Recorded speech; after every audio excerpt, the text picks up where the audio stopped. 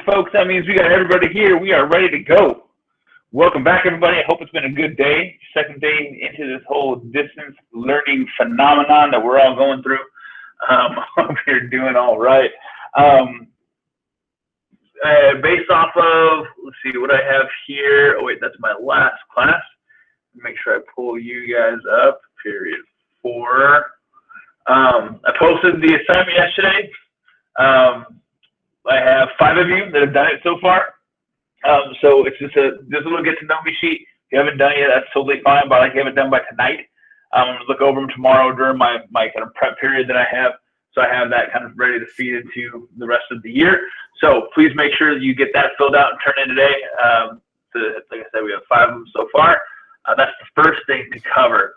Second thing is we are starting our first project today. It is not going to be on the computer. It's all going to be off the computer, but it's going to be design concepts that I want to make sure that we're all on the same page with and we understand. Kind of revisit something that we did in graphic design 1, but it's a lot more in depth with how we're going to go about doing it in a couple different ways. The other thing about tomorrow, so Wednesdays are kind of like light days. There are days you can kind of jump in and do some other work and stuff like that. So tomorrow the plan is we should have all of our information to get everybody set up with your programs. So if you haven't downloaded anything yet, it's totally fine. I haven't expected you to. But if you have, then you're ahead of the game. But tomorrow we'll go through how to get the programs on your computer. So after that, when we finish up this project, we can get into computer stuff and start doing our work there. So like I said, this one won't be done on the computer. It'll be done by hand, which some of you might not be too excited about, but it's all using basic shapes and stuff, which will make more sense in a second when we get working on this, okay? So what I need you to do to get us ready to go is you're going to get out something to write with, something to write on, so you can get some notes taken. I'm recording this right now so I can repost it later so we can catch up and make sure we get anything fixed that we might have missed. But other than that, we are going to get ready to go. So I'll give you a second to get that going, and then I will start sharing my screen and talk about what we're going to be working on.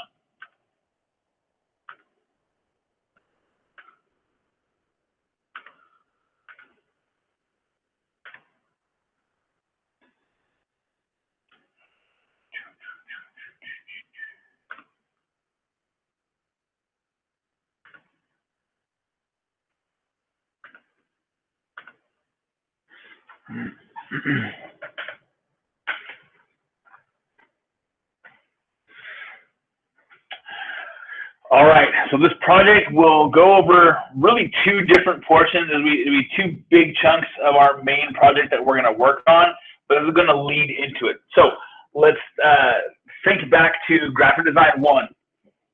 I think you were all there at some point where we went through our first project and we had to do a word cluster. Remember, you had to make a word cluster where your name was in the middle or you were in the middle, and then you had to write a whole bunch of different words that associated with you to try to find some ideas of what you can work with, okay? This is a similar concept, although we're not just going to represent ourselves. You're going to be telling a story with what you're going to be making. And so we're going to go through how to make and you guys making what's called a life map. A life map is basically a word cluster in chronological order, okay? So the notes that I need you to write down, number 1, life map, title of your notes.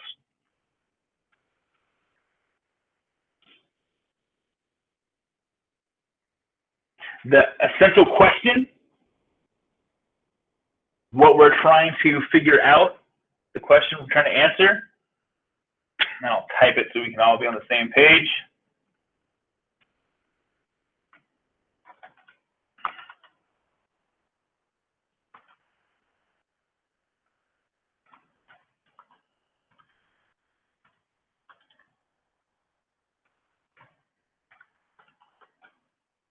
Can I show a summary of my life path visually?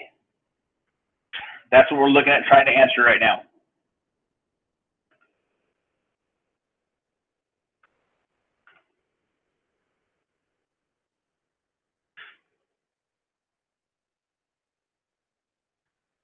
Now, to kind of lay out the foundation of what we're working with here,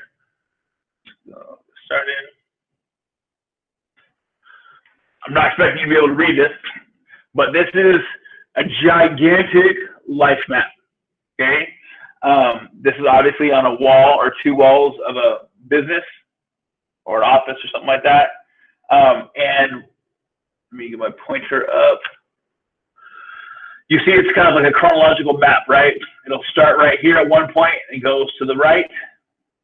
And then, so anybody can walk into this and can walk around and can find like timeline things that happen. So when we're creating our life map, one of the big things that we need to focus on are, I will say, we'll title them life-changing experiences or life-impacting experiences, okay? So please make that as a note. We are trying to highlight and show our life-impacting experiences. Those could be, well, obviously your birth is kind of a big one, so I'd probably start there. You can go until right now, and then anything in between, births of siblings, losses of family members, changing schools, getting a pet, losing a pet, but try to make some big statement things about what has kind of happened in your life, okay? So the first step that I would do is to kind of lay out some of those things. You don't necessarily need to go in chronological order. I might just start writing them out. So what you can write in your notes is maybe the first step to start organizing some big moments in your life.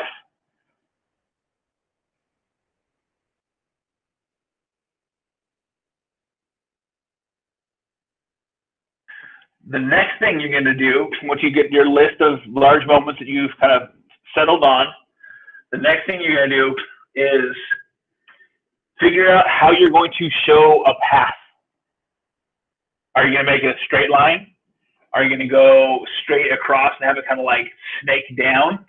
Or are you going to do something a little more creative and fun like this, where you're adding you have some like flow to it? It's not necessarily a straight path because, you know, theoretically speaking, my life isn't a straight path. My life has had a lot of turns, a lot of forks in the road and stuff like that. You get really, we're talking about design here, so you get really deep into how you set up what it's going to look like. And then the third step, so the second step is how are you going to represent your path? The third step would be how are you going to visually represent these things? Okay? In your life path, like this example we have right here, they have a little cartoon of themselves and their life path is actually a string of balloons. And so going along this life path, says starting in 2001, going to 2013, 2014. So first horse ride, found a helpless bird that hit a window. Got Bobby, our cat, went to Canada. So there's all these different kind of like life-changing things. So you rode a two-wheeler, learned to swim. All the way around here, new baby sister, got braces. Moved to a new house, new school, new town today, 2015 or whatever that is, okay? So anyone can look at this and they can say, oh my gosh, like that's really cool. Look at all this path that you've gone, okay? Now, in terms of the information you're trying to put out, I want you to show me kind of what you've done, what your path has been, okay? No one else is really going to see this, so don't worry about any of like sharing too much information, and I'm obviously not going to like go show it to the world, but this is what we're going to be creating. The reason why this is important, here are bullet points. Number one, the reason it's important, I want you to think about yourself. You've been in your own head for a couple months now by yourself in your house and not being able to go out and do other stuff. So really try to think about yourself and who you are, and not only who you are, but who you're becoming, okay? It's really, really important at this point in your life that we start having these conversations and these thought processes. So think about who you have been and who you are becoming. Next bullet point, it's important to think about why you are the person you are today. What's it been? Has it been, I was involved in sports my whole life, or I've always been really academically motivated because my parents are both teachers, you know, whatever it may be. Figure out why you are where you are today. And then the fourth thing about it is I want you to start to be able to visually represent larger encompassing issues, larger encompassing statements or ideas. Okay, so the fourth one is being able to visually represent things, visually represent large things. How are you going to visually represent going to a Seattle Seahawks football game when you were 9 years old and loving the experience because they won and it was a fantastic thing? Like, that's a lot of information to pack into a small image or a small picture. So as a designer, how are you going to take this life experience and put it into a graphic that someone can look at and be like, oh, cool, we went to a Seahawks game, they won. You know, that's what we're trying to pair into this whole situation. Okay. Life maps can look totally different. So here's this one, some more examples. This one is not necessarily chronological timeline. Okay, it's not a straight timeline or like the last one that was kind of curved. This one just kind of jumps from one to another. So there's like, let's see, started student teaching, performance stage manager, student teaching, hell no, and went to a publicist for a proof theater. So it's like, this obviously didn't work. It's going to go to here, and that's going to go down to here. This is where kind of like the word cluster concept comes in, right? You see a little timeline. It's like mid 80s, 87, Fred the dog, hospital tags. This is more of just like trying to visually organize what your path is. And if your path is kind of hectic and chaotic, maybe you don't put it on a line. Maybe you decide to do something like this. If your path has been about camping and being in nature, maybe you draw some mountains and then you have scattered all over the place kind of what your experiences were in the mountains or doing that stuff that you love. Here's another one. This is more specifically saying hello to the future. Look at the timelines that we kind of see, 89 to 95, 95 to 98, 99 to present. And they just decided to chunk this up into 3 sections. And then in that section, kind of scatter all their thoughts into what this era was. And then what this next era was, because that's kind of how their life broke up. For me, it'd be like, okay, my high school life was like this. My college life was like this. Then I got my first job and I worked at Newberg, and that was for 5 years. Now I'm at Glencoe, which is 6 years. So my life kind of breaks up into these 5 different sections. That's definitely one way you can approach it. I'm not going to try to handcuff you into what the format's going to be. I want you to be creative in that sense, but I am going to ask that you be detailed, and you have images, you're visually representing things as well as you're showing the stories yourself. Okay, and then there is, oh, the other one didn't load. I had one more that was kind of like a continuation of this. But that's kind of what we're looking for in our life map, okay? So again, qualifications that I have for it, you can use the biggest piece of paper you want. You can take a couple pieces of paper and put them together if you want to.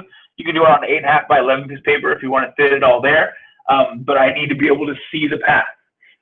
It's also going to be a very time-consuming thing. We're going to work on it for the rest of this week in terms of adding the details only during class period. I'm not worried about you doing homework time, but only during our class time.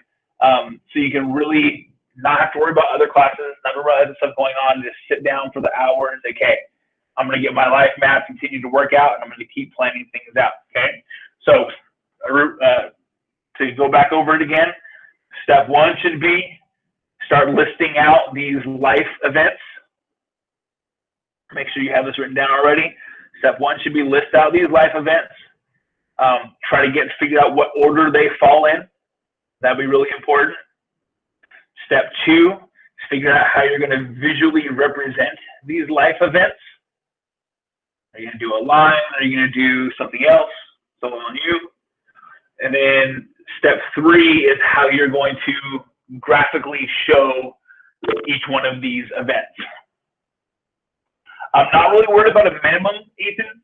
I guess what I could say, you're probably going to have way more than like 5. 5 of these. I'm assuming we'll be around the 10s to the 15s.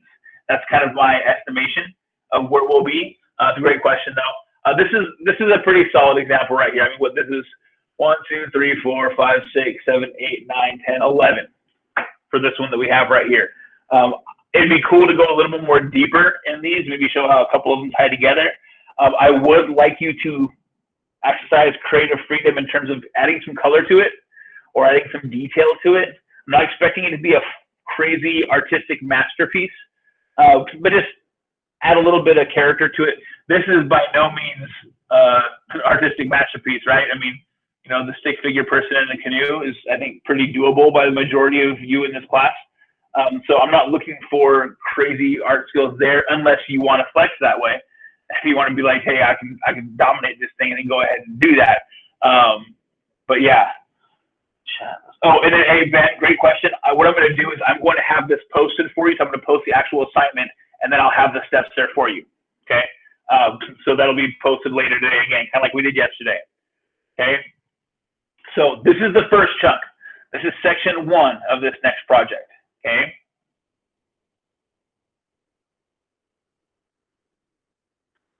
Let's see. Section 2. Let me represent this.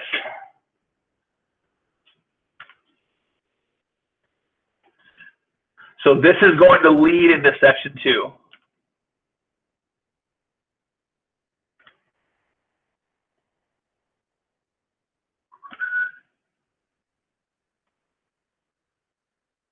Yes, this will be posted on Google Classroom, for most definitely. Everything I just kind of talked about, the video I'm doing right now, I'm recording it, will also be posted on Google Classroom, so you can go back and rewatch this if you think you missed anything, okay? That's kind of a cool thing that I'm liking about this whole digital realm.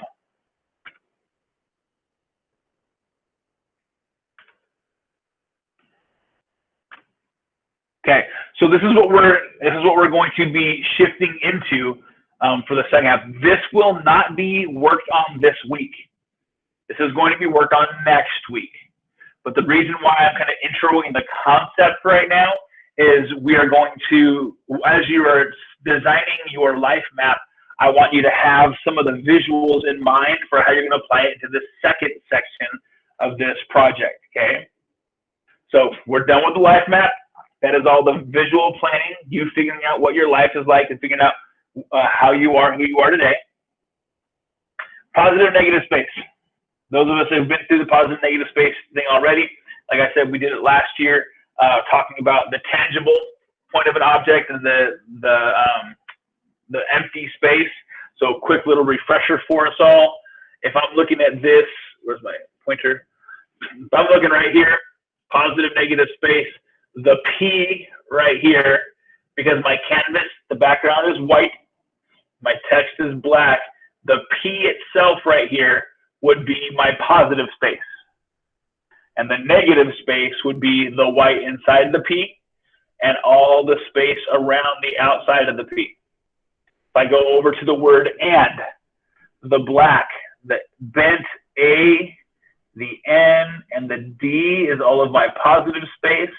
The empty space here, the empty space in the top of the A, this empty space inside the N and inside the D, all of that is the negative space. Okay, we talked about logos and working an image into the first letter of our last name with our sketchbook covers and all that stuff we did back in graphic design 1.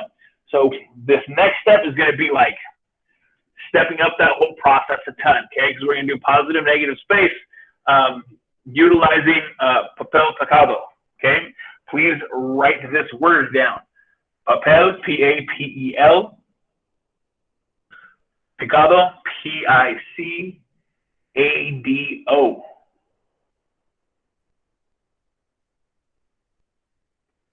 It's a fantastic cultural and real life application of positive and negative space graphically. There's a huge tradition in creating work like this, and it's all about telling a story with positive and negative space. So our positive negative space, section 2, will be our creating our own papel picado, and here's a little bit about it, okay? You've seen these before. They're basically pieces of tissue paper that have patterns and designs cut out of them. They're very thin and they have a lot of holes in them, so wind can blow through them and they can move. They don't rip, but they're basically a Mexican cultural celebration banner. Okay, really popular during Dia de los Muertos at the end of October, and how they make them traditionally is they stack up about probably 100 or so really thin pieces of tissue paper, different colors, and they use a chisel and a hammer, and they cut out chunks of this. And when those chunks are all cut out, they can then set them out individually, and they have these pieces. So one of the best examples that I've had, one of my favorite things to watch, I'm going to share this little video with you. Go ahead and pay attention and enjoy.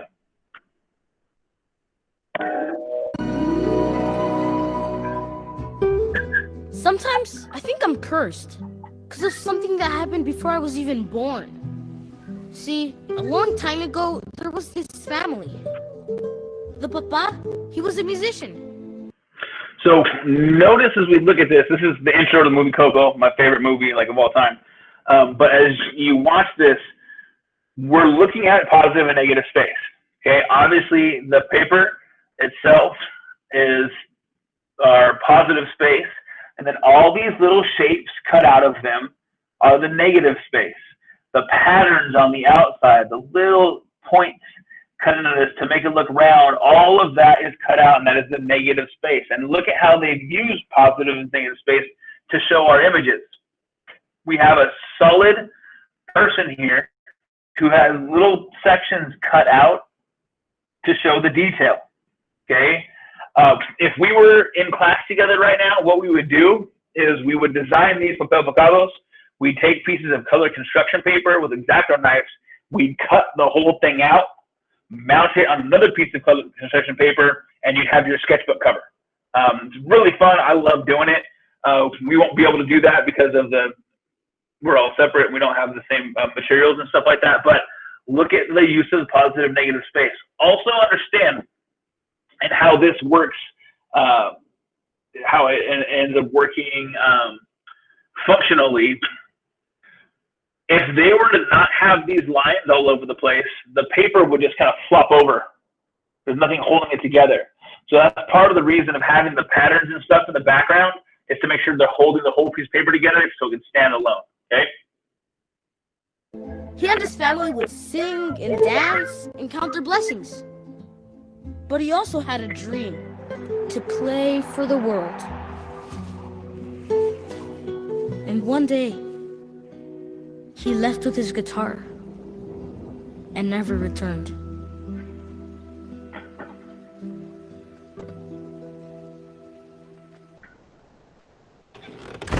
And the mama, she didn't have time to cry over that walkaway musician. After banishing all music from her life, she found a way to provide for her daughter. She rolled up her sleeves and she learned to make shoes.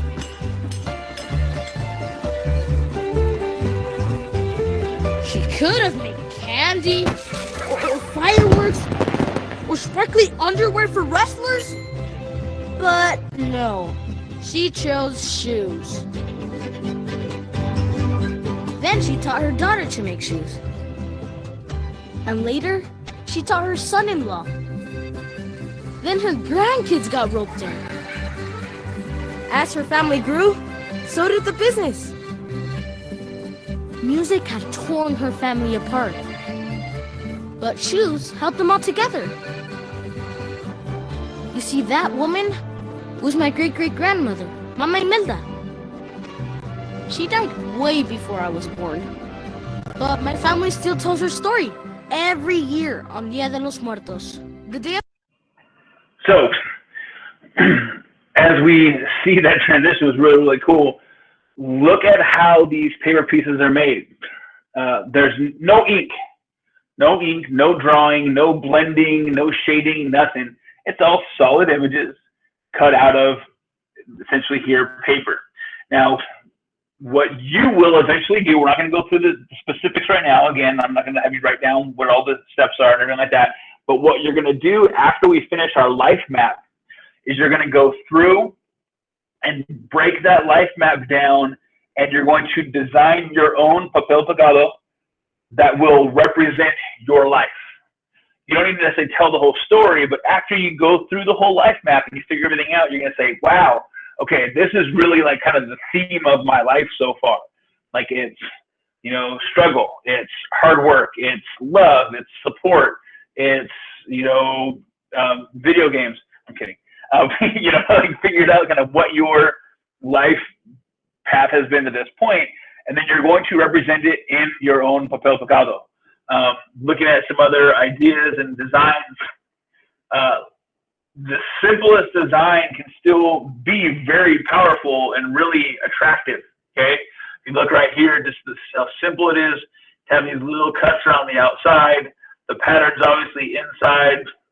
This is all, and I said at the beginning, I'm not worried about you being a crazy artistic genius. This is all just simple shapes. But the designer has placed these simple shapes in places to make it be really powerful and effective, okay?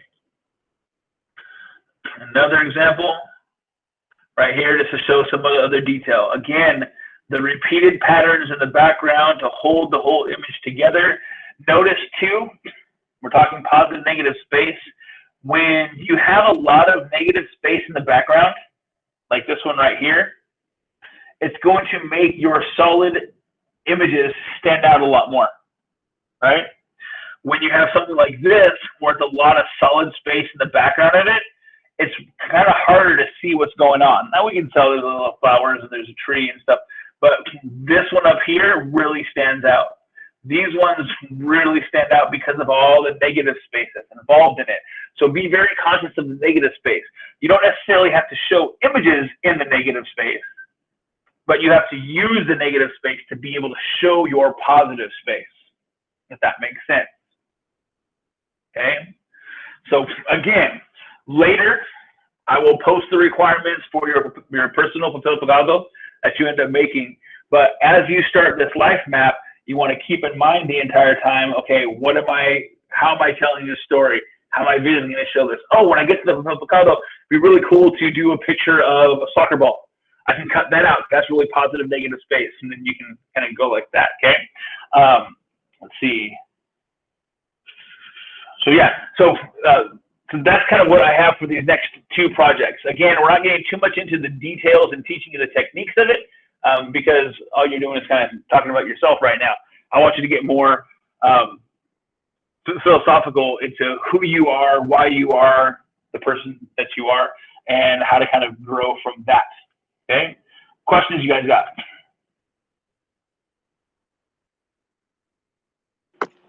My question's not about this specifically, but what are we going to do on Wednesdays? So Wednesdays, great question. That's totally fine. Wednesdays are supposed to be like study hall days, essentially. So it'd be like a given office hour. So teachers aren't necessarily supposed to give you new content on Wednesdays. And at least how it's going to work with my class, and I kind of said this yesterday, but I don't want you doing this at night. I don't want you doing it on the weekends.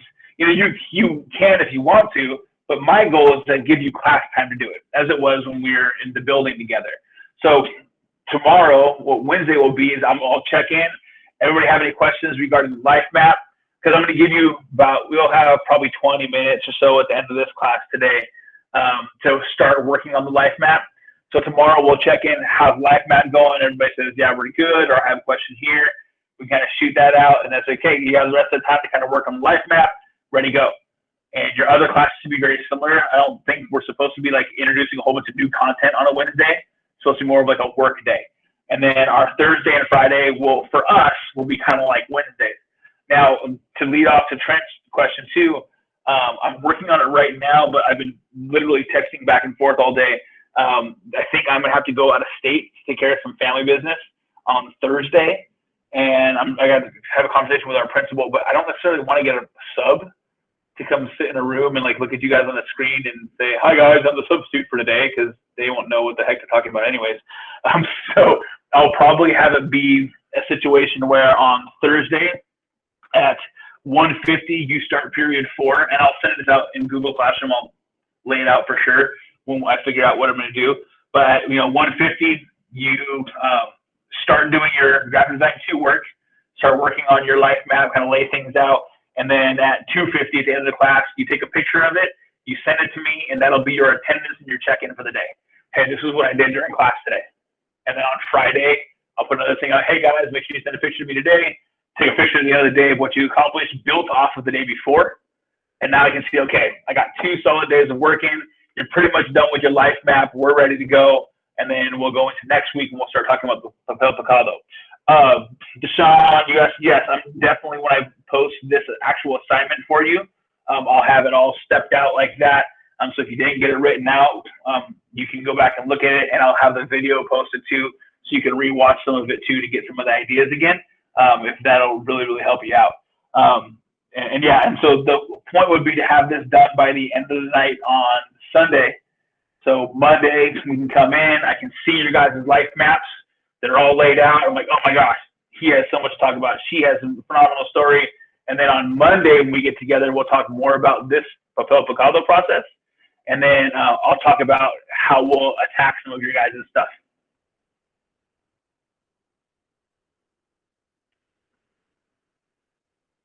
The rest of the class will be to start working on your life map. So when I break you guys out of here, you'll go step 1 again, kind of start listing out your life experiences. Like I said with Ethan earlier, 10, 15 or so would be good to try to figure out, try to get them in chronological order, piece of paper, write out, 2003, this happened, 2007, this happened, 2009, this happened. And then the second step is figure out how you want to show it. You want to show it on one long path. You want to have it be like very structured and architectural. You want to kind of start at the top left corner and scatter things all the way down to the bottom right-hand corner. And then once you figure that second step out, number 3 is to start trying to do little visual representations for these events. So when we look at the final piece, when I look at the final piece, you have visual images laid out, not just a bunch of text.